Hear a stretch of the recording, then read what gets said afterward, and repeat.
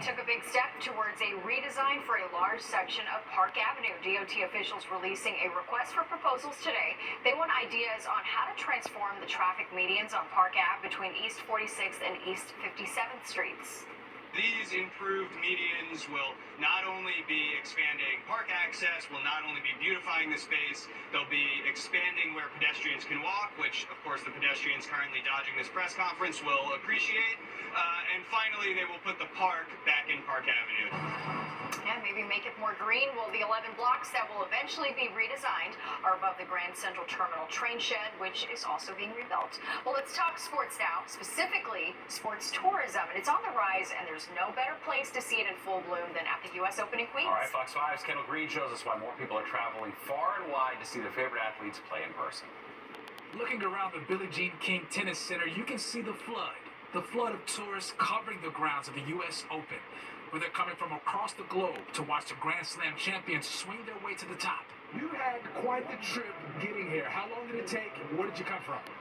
We came all the way from Germany just to see the U.S. Open this year. Ralph here tells Fox 5 he spent a pretty penny to make his wife's dream come true. You get the tickets, then you have to get the tickets for the airplane, then you have to get appropriate hotel and stuff like that.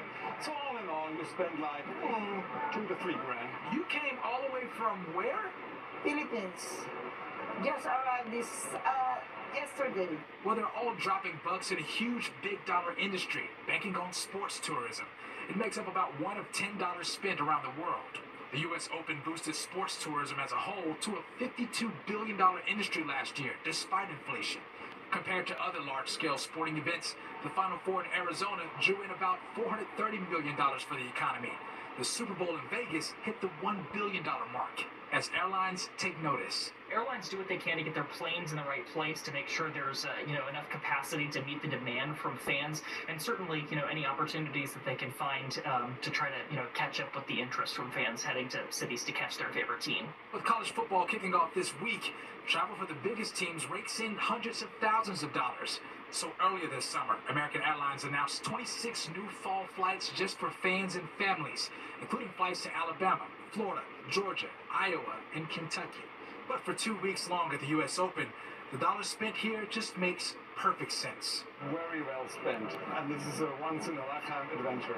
Austin, Germany, Pittsburgh, Philippines, just to name a few, all adding to the sports tourism industry, expected to accumulate up to $2.4 trillion by 2030.